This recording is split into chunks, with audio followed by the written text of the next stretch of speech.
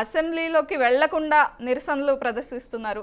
ఏంటి మీ అభ్యంతరాలు ఏంటి? తెలంగాణ తల్లి రూపం మారడం వెనుక మీకున్న ఆవేదన ఏంటి? ముందుగా టీవీ ప్రేక్షకులకు, ప్యానల్లో ఉన్న సభ్యులకు నమస్కారం అండి. మేడం, ఈరోజు అంటే తెలంగాణ రాష్ట్రంలో ప్రజా విజయోత్సవాలు జరుగుతున్నాయని చెప్పేసి కాంగ్రెస్ పార్టీ విజయోత్సవాలు జరుపుతుంది. కానీ ఇది ప్రజా దగా ఉత్సవాలు అని చెప్పేసి మేము చెప్పదలుచుకున్నాం. గతం నుంచే మాట్లాడుతున్నాం. ఎందుకంటే ఒకవైపేమో ప్రజలు తీవ్రమైన సమస్యలు కొట్టుమిట్టాడుతుంటే మేము ఉత్సవాలు చేసుకుంటామని చెప్పేసి కాంగ్రెస్ పార్టీ బయలుదేరింది. ఒక రకంగా ఊరేగుతూ ఉంది. ఇష్టం వచ్చినప్పుడు ప్రజాధనాన్ని వృధా చేస్తూ ఉత్సవాలుగా మలిచి ప్రజలకు ఎటువంటి న్యాయం జరగకుండానే ఉత్సవాలు జరపడానికి సిద్ధమవుతున్న పరిస్థితి ఈరోజు కనబడతాం. దీంట్లో అనవసరమైన విషయాల్ని, ప్రజలకు ఏమాత్రం ఉపయోగం లేని అంశాలని ముందు పెట్టి డైవర్షన్ పాలిటిక్స్ని చాలా సీరియస్గా ప్రజల ముందు పెట్టి ఒక గేమ్ ప్లే చేస్తుంది కాంగ్రెస్ పార్టీ.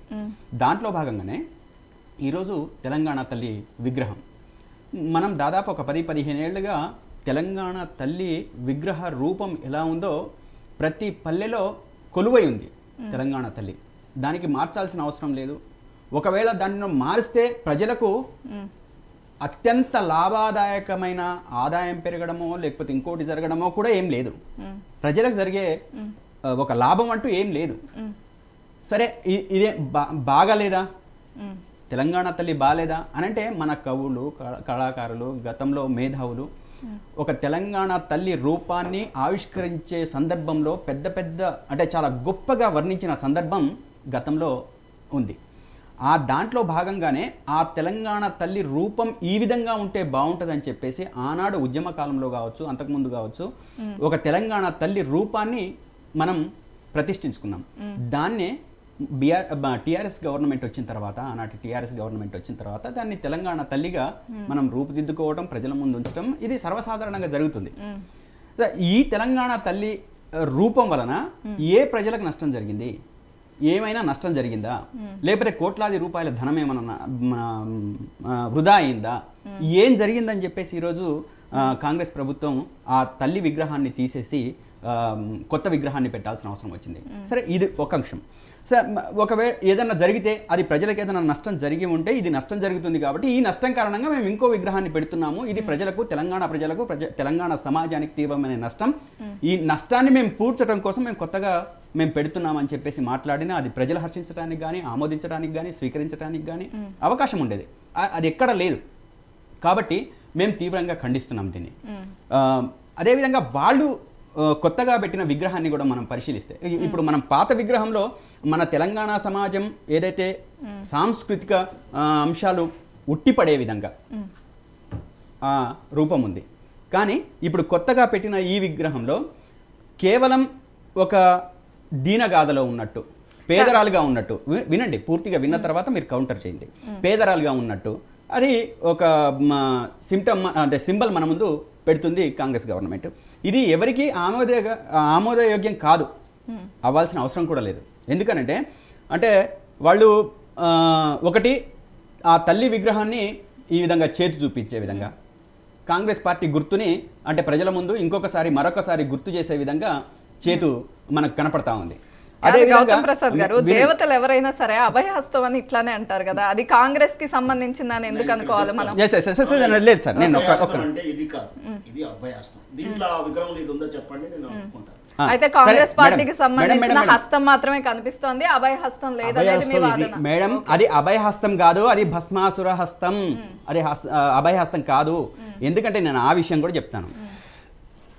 ఎవరైతే గొప్పగా ఉంటారో, ఉన్నతస్తులుగా ఉంటారో, ఉన్నతమైన స్థానాల్లో ఉన్నవాళ్ళు అన్ని రకాలుగా ఎదుటి వాళ్లకు ఇవ్వగలిగే స్థితి ఉన్నవాళ్ళు మాత్రమే వరాలు ఇచ్చే వైపుగా ఉంటారు.